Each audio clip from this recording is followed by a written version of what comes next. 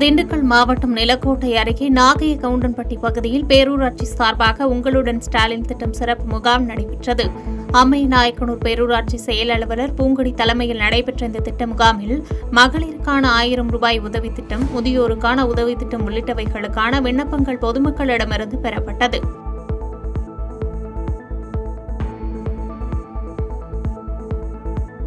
சென்னை கொடுங்கையூர் பகுதியில் குப்பை லாரி மோதி கணேஷ் என்ற இளைஞர் உயிரிழந்த சம்பவத்தில் தவறான முதல் தகவல் அறிக்கை பதிவு செய்துள்ளதாக கூறி உறவினர்கள் புளியந்தோப்பு போக்குவரத்து காவல் புலனாய்வு பிரிவு காவல் நிலையத்தில் புகார் மனு அளித்த சம்பவம் பரபரப்பை ஏற்படுத்தியுள்ளது. லாரி ஏறிய விபத்தில் சம்பவ இடத்திலேயே இளைஞர் உயிரிழந்ததாகவும், ஆனால் அவர் மயங்கி விழுந்து உயிரிழந்ததாக பொய்யான தகவல் அறிக்கை கூறப்பட்டுள்ளதாக குற்றம் சாட்டிய உறவினர்கள் உரிய விசாரணை நடத்தி சம்பந்தப்பட்டவர்கள் மீது நடவடிக்கை எடுக்க வேண்டும் என்று கோரிக்கை வைத்தனர்.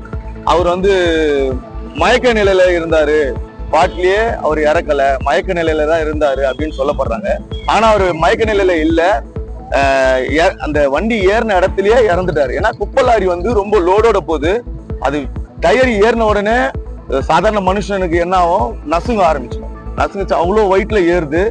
அந்த அந்த ஏறுற ஃபுட்டேஜ் கிளியரா வீடியோல இருக்கு. அவர் வண்டி அவர் மேல ஏறி போறது, அவர் ஸ்பாட்லயே இறந்துட்டாருன்றதுக்கான ஆதாரம் ஃபுட்டேஜ்ல இருக்கு. அதே போல அதை பார்த்த ஆட்களும் பொதுமக்களும் சாட்சியா இருக்கிறாங்க.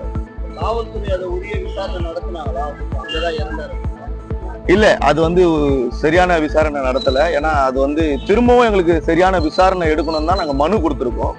திரும்ப அவங்க கிட்ட ஒரு விசாரணை எடுங்க அப்படின்னு சொல்லித்தான் நாங்க அவர்கிட்ட கம்ப்ளைண்ட் கொடுத்துருக்கோம் சார்.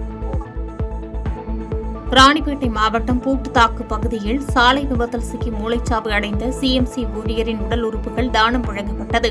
பெங்களூரை சேர்ந்த சதீஷ் ராணிப்பேட்டை மாவட்டம் பூட்டுத்தாக்கு பகுதியில் செயல்பட்டு வரும் தனியார் மருத்துவமனையான சிஎம்சி மருத்துவமனையில் ஆபரேட்டராக பணியாற்றி வந்த நிலையில் விபத்தில் சிக்கி பரிதாபமாக உயிரிழந்தார்.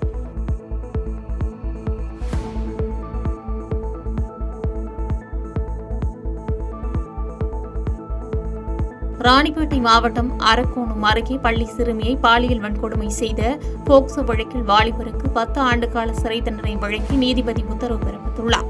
ஆந்திர மாநிலம் திருப்பதி பகுதியைச் சேர்ந்த கன்னியப்பன் என்பவர் கடந்த 2017ஆம் ஆண்டு பள்ளி மாணவியை ரயில் மூலம் கடத்தி சென்று பாலியல் வன்கொடுமை செய்த வழக்கு தொடர்பாக ராணிப்பேட்டை மாவட்ட முதன்மை நீதிமன்றம் தீர்ப்பு வழங்கியுள்ளது. சேலம் மாவட்டம் ஓமலூர் ஊராட்சி ஒன்றிய அலுவலகத்தை முற்றுகையிட்டு மாற்றுத்திறனாளிகள் ஆர்ப்பாட்டம் நடத்தினர். இதில் மாற்றுத்திறனாளிகளுக்கு 100 நாள் வேலை வழங்க வேண்டும், பணித்தளத்தில் அவர்களை வேலை செய்ய கட்டாயப்படுத்தக்கூடாது உள்ளிட்ட கோரிக்கைகளை முழக்கமாக எழுப்பியதோடு அதிகாரிகளிடம் மனுக்கள் வழங்கினர். செங்கல்பட்டு மாவட்டம் பல்லாவரம் அருகே மதுபோதையில் 3வது மாடியிலிருந்து தவறி விழுந்த வடமாநில இளைஞர் பரிதாபமாக உயிரிழந்தார். செல்போனில் பேசிக் கொண்டிருந்த போது நிலை தடுமாறி 3வது தளத்திலிருந்து கீழே விழுந்து உயிரிழந்த நிலையில் வழக்கு பதிந்து சங்கர் நகர் போலீசார் விசாரணை நடத்தி வருகின்றனர். திருப்பத்தூர் மாவட்டம் ஆம்பூர் அடுத்த மலை கிராமமான நாயக்கனேரியில் உங்களுடன் ஸ்டாலின் திட்ட முகாம் நடைபெற்றது. முன்னதாக இந்த முகாமினை திருப்பத்தூர் மாவட்ட ஆட்சித்தலைவர் சிவசவுந்தரவல்லி மற்றும் ஆம்பூர் சட்டமன்ற உறுப்பினர் வில்வநாதன் ஆகியோர் பங்கேற்று முகாமினை துவக்கி வைத்த நிலையில் மனு அளித்த பொதுமக்களுக்கு உடனடியாக தீர்ப்பு வழங்க ஒப்புகை சீட்டினை ஆட்சியர் சிவசவுந்தரவல்லி வழங்கினார். செய்திகளை உடனுக்குடன் தெரிந்து கொள்ள கீழ்கண்ட கேபிள் மற்றும் டிடிஎச் நெட்வொர்க்குகளில் எம்நாடு செய்தி தொலைக்காட்சியை காணுங்கள். பாதகம் செய்பவரை கண்டால் நாம் பயம் கொள்ளலாகாது பாப்பா, மோதி மிதித்துவிடு பாப்பா, அவர் முகத்தில் உமிழ்ந்துவிடு பாப்பா. அண்மை செய்திகளை உடனுக்குடன் தெரிந்து கொள்ள இணைந்திருங்கள் எம்நாடு தொலைக்காட்சியுடன்.